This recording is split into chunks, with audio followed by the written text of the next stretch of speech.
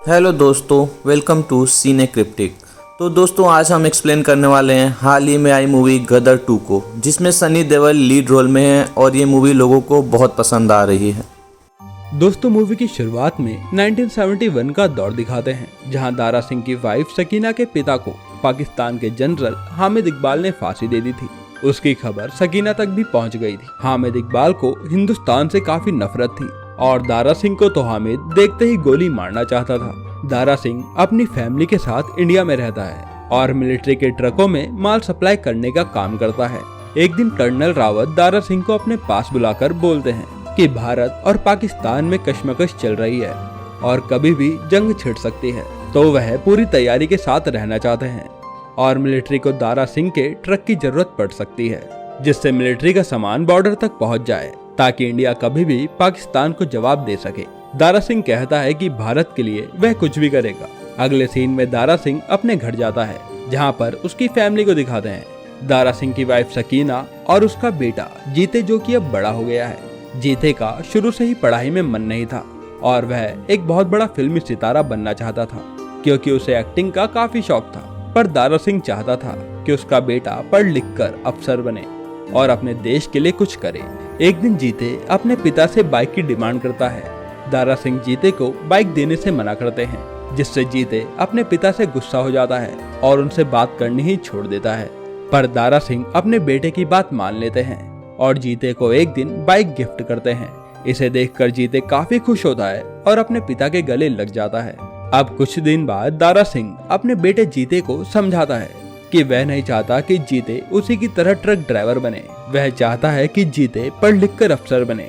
तभी कर्नल रावत का फोन आता है और वह दारा सिंह को बोलते हैं कि दुश्मन ने हमारे ऊपर हमला कर दिया है और सैनिकों का असला बारूद खत्म हो रहा है, तो तुम अपने ट्रक से असला बारूद लेकर जल्दी जाओ और हमारे सैनिकों तक पहुंचाओ। अब दारा सिंह अपना ट्रक लेकर मिलिट्री के कैंप में जाता है और असला बारूद भरवाता है। तब वहां पर एक आदमी को दारा सिंह की काबिलियत पर शक होता है कि दारा सिंह ये काम कर भी पाएगा, पर दारा सिंह बोलता है कि वह अकेला ही उन दुश्मनों के लिए काफी है। अब दारा सिंह ट्रक लेकर निकलता है और तभी अचानक से रास्ते में दुश्मन अटैक कर देते हैं, जिससे मिलिट्री के कुछ ट्रक रास्ते में ही उड़ जाते हैं। पर दारा सिंह काफी मुश्किलों का सामना करके ट्रक सोल्जर तक पहुंचाता है और सोल्जर को वेपन्स देता है। तब दारा सिंह देखता है कि कुछ दुश्मन हमारे सोल्जर्स पर भारी पड़ रहे थे, तो दारा सिंह भी दुश्मनों पर टूट पड़ता है और दुश्मनों को खूब मारता है। अब हमारे सैनिक दुश्मनों पर भारी पड़ने लगे। तब दुश्मनों ने बड़ी चालाकी से एक जोरदार बम का धमाका कर दिया, जिससे हमारे खूब सारे सैनिक शहीद और घायल हो जाते हैं। और फिर अगले सीन में दारा सिंह के घर पर पता चलता है कि दुश्मनों के अटैक के बाद दारा सिंह और काफी सारे जवान को पाकिस्तान में बंदी बना लिया गया है और उन्हें जेल में रखा गया है। दारा सिंह की फैमिली का ये खबर सुनकर काफी बुरा हाल हो जाता है। सकीना अब दिन रात रोने लगती है, जिसे देखकर जीते एक दिन अपनी माँ के लिए एक खत छोड़कर अपने पिता को पाकिस्तान से लाने के लिए नकली पासपोर्ट और वीजा बनाकर पाकिस्तान चला जाता है।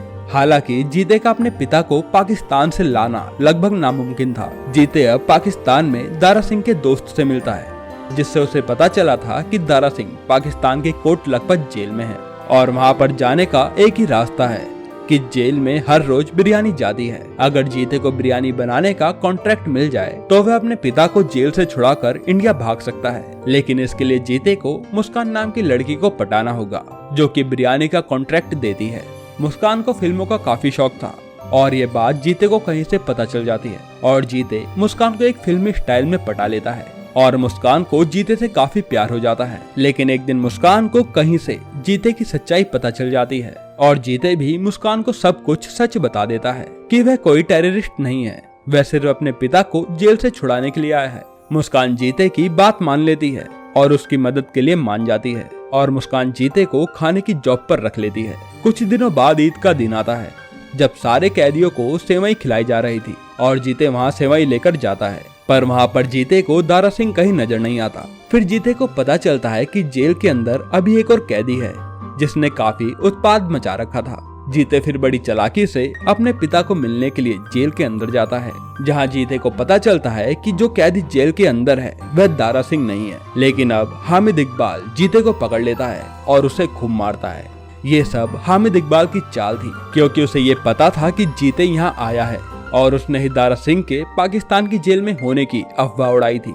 अब इकबाल बोलता है कि अब तू और तेरा बाप दोनों ही यहाँ मरेंगे, क्योंकि तेरी वजह से तेरा बाप भी यहाँ आएगा और वह उसे भी जान से मार देगा। जीते बोलता है कि अगर मेरा बाप यहाँ आ गया तो तुम्हारे टुकड़े टुकड़े कर देगा। अब मूवी में पठानकोट का सीन दिखाते हैं, जहाँ सकीना भागते हुए दारा सिंह से मिलती है। दारा सिंह सकीना को बताता है कि वह दुश्मनों के अटैक से काफी घायल हो गया था और कुछ समय के लिए कोमा में चला गया था, मगर वहाँ के गांव वालों ने दारा सिंह का इलाज किया, जिसके बाद वह ठीक होकर जल्दी से यहाँ आ गया। सकीना अब दारा सिंह को बताती है कि जीते उसे लेने पाकिस्तान गया है। ये सुनकर दारा सिंह बौखला जाता है, क्योंकि उसे पता था कि अगर पाकिस्तान वालों ने जीते को पकड़ लिया तो जीते का बुरा हाल कर देंगे। दारा सिंह अगले ही दिन अपने बेटे को लाने के लिए पाकिस्तान के लिए निकल पड़ता है और लाहौर पहुंचते ही दारा सिंह को पता चलता है कि वहाँ पर लोगों के मन में हमारे देश के लिए कितना गुस्सा भरा हुआ है और लोग हिंदुस्तान मुर्दाबाद के नारे लगा रहे हैं। अब हामिद इकबाल जीते को सबके सामने लाकर जीते के खिलाफ नफरत भर देता है और लोग जीते को फांसी देने की मांग करते हैं। हामिद इकबाल जीते को फांसी देने से पहले उसकी आखिरी इच्छा पूछता है। तब इतने में हमारा बब्बर शेर दारा सिंह की एंट्री होती है। दारा सिंह हामिद को बोलता है कि तुम्हें मैं चाहिए था, लो मैं आ गया, और तुम मेरे बेटे को अब छोड़ दो, उसने कुछ नहीं किया। पर हामिद दारा सिंह को उल्टे उल्टे जवाब देता है, जिसके बाद दारा सिंह बोलता है कि अगर तुम्हारे लोगों को यहाँ से जाने का मौका मिले तो तुम्हारा आधा पाकिस्तान तो खाली हो जाएगा और तुम बस कटोरा लेकर भीख मांगोगे। इसके बाद हामिद गुस्से में दारा सिंह और उसके बेटे को मारने का ऑर्डर दे देता है, पर दारा सिंह वहाँ पर एक बम ब्लास्ट कर देता है और वहाँ पर दुश्मनों को मारकर अपने बेटे को लेकर वहाँ से भागता है। हामिद के सैनिक दारा सिंह और उसके बेटे का पीछा करते हैं, जिसके बाद दारा सिंह वहाँ पर गदर मचा देता है। वह पाकिस्तान के सैनिकों को इस कदर मारता है कि उनकी रूह कांप जाती है और वह डर के मारे इधर उधर अपनी जान बचाकर भागने लगते हैं। इधर जीते भी दुश्मनों को मारना शुरू करता है और लड़ते लड़ते दारा सिंह और जीते एक दूसरे से अलग हो जाते हैं। दारा सिंह और जीते दुश्मन से तो बच गए थे, पर अब एक दूसरे से अलग थे। दारा सिंह को अपने बेटे जीते की चिंता थी कि अगर जीते हामिद के आदमी के हाथ पकड़ा गया तो वह उसे नहीं छोड़ेंगे, जिसके बाद दारा सिंह जीते को ढूंढने लगता है। अब हमें मूवी में पता चलता है कि जीते मुस्कान के घर छुपा है। तब वहाँ पर हामिद इकबाल भी मुस्कान के घर आता है, जो उसके परिवार वालों को गन पॉइंट पर जीते और दारा सिंह के खिलाफ भड़काता है और गलत गलत अफवाह उड़ाने को कहता है। हामिद मुस्कान से एक पेपर पर साइन भी करवा लेता है, जिससे कि दारा सिंह और जीते दोनों ही वांटेड क्रिमिनल बन जाते हैं। थोड़े ही समय में मुस्कान की फैमिली को समझ आ जाता है कि जीते और दारा सिंह तो सही हैं और वह उनकी वहाँ से निकलने में मदद करने लगते हैं। जीते, दारा सिंह और मुस्कान चुपके से मुस्कान के घर से निकलते हैं, मगर हामिद इकबाल उन्हें पकड़ लेता है, क्योंकि उन्हें मुस्कान और उसकी फैमिली पर शक था, तो उसने उनके पीछे खुफिया सिपाही लगाए हुए थे। हामिद इकबाल जीते को पकड़कर खूब मारता है और दारा सिंह को बोलता है कि बोल हिंदुस्तान मुर्दाबाद। दारा सिंह बोलता है कि तुम्हारे बोलने से कुछ नहीं होता, हमारा हिंदुस्तान जिंदाबाद था, जिंदाबाद है और जिंदाबाद रहेगा। फिर हामिद इकबाल गुस्से में दारा सिंह और उसके बेटे जीते को मारने के लिए ऑर्डर दे देता है, मगर दारा सिंह बंदिश तोड़कर दोबारा गदर मोड में आ जाता है और सारे दुश्मनों को बड़ी बेरहमी से मारना शुरू कर देता है। भले ही दुश्मनों के पास काफी सारे सैनिक थे, मगर हमारा दारा सिंह अकेले ही सबके लिए काफी था।